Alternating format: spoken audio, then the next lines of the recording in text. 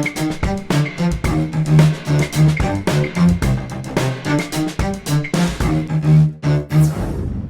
is up? What is going on, everyone? This is Dave at SVA Card Collectors. This is the first time you're hearing me or seeing me. Welcome. If you enjoy this stuff, just have to hit the like. That's it. Nothing else. I don't ask for much. Don't do it down. It makes me sad. I cry. I go home. I lay down in bed, and that's what I think about. So let's not do that.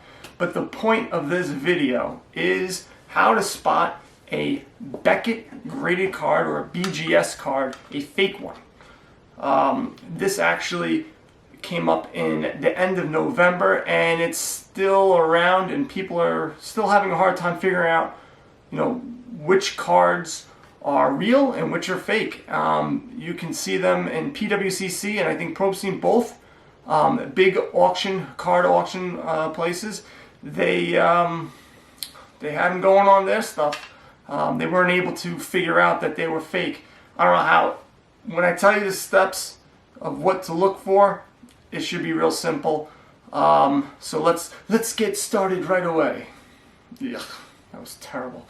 Anyway, Beckett graded cards. So one of the first telltale signs is the label. The gold label.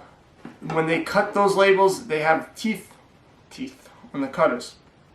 So what they do is they make a mark. You'll see teeth marks, a little bit of teeth marks around the gold label. Now, the ones that are fake, it's very smooth. It's a straight cut across the whole label. So that's one of the first things that you will notice. The next, and probably the biggest one, is on the bottom, they have a patent number for their slabs. Between the T and the 6, there is a dot. Is a period or a space. The ones that are fake do not have that space, they do not have that dot. It is sometimes hard to see that dot, even on regular cards, cards that are good.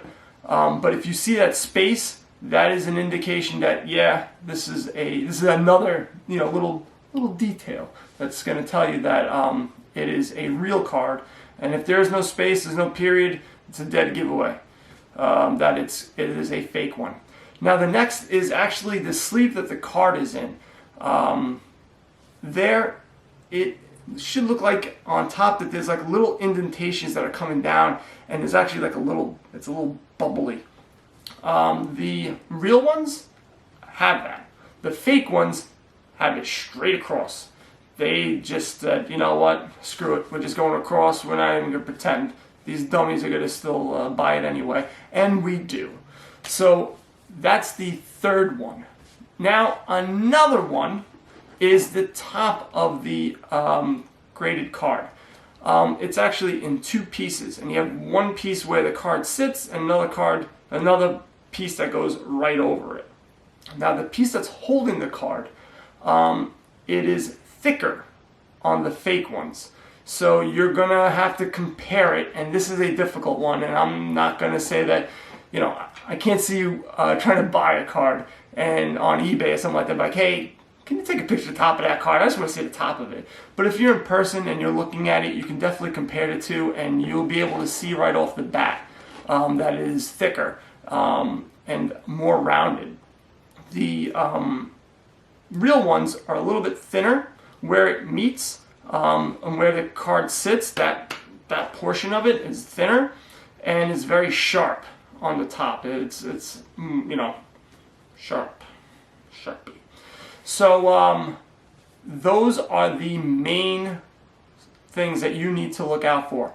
I wrote an article, so you can go and click on the description below if you have any questions. If you want to see what I'm talking about, I'm probably going to post some pictures when I'm talking as well. I'm not the best at this YouTube yet. We'll get it gooder, or the goodest, whatever. But if you want to know how it started, I also write that in the article. And basically, well, I'll just tell you. Why not just tell you? We could do just that. But we do that. Chinese card dealer. He was doing consignment, and he got one card, then another card. He compared the two, and he said, "Oh, Mori, the numbers are exactly the same, so which one's which?" And he took a picture. Somebody, I forget the guy's name. It's in the article I wrote.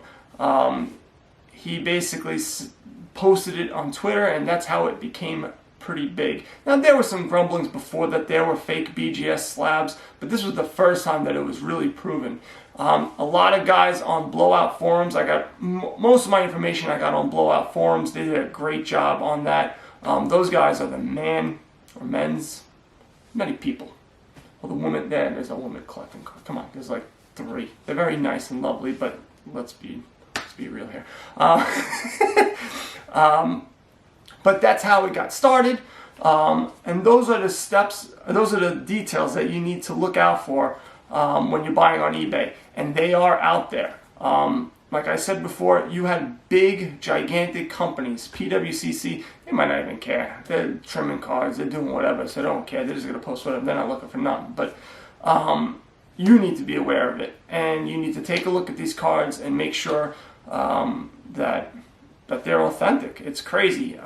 You can just say, hey, screw it. I'm going to just avoid them, which you can. Beckett really, when this first came out in November, they didn't do a great job. They just said, yeah, hey, we're well aware of it. Just be careful, all right? They didn't give you the things to look out for like they did on Blowout forums. They left it up to us to figure out. And as a grading company, they should be better than that. But neither here nor there. That was a while ago. So yeah, if you want to buy Beckett, I think it's great to buy Beckett 9.5s, especially with the subgrades. And if it's like a surface issue, that's a 9, and everything else is 9.5. They're really good cards to crack open and send over to PSA to get a PSA 10, so you get those values up. You will wait 6 to 8 months to get your card back because the grading world is topsy-turvy right now. But there you have it. All right, guys. Hopefully you guys got some good information out of this. Please like, please share, and listen to my podcast. I do it every single week, so listen up for that as well. And buy some cards to go broke. Later.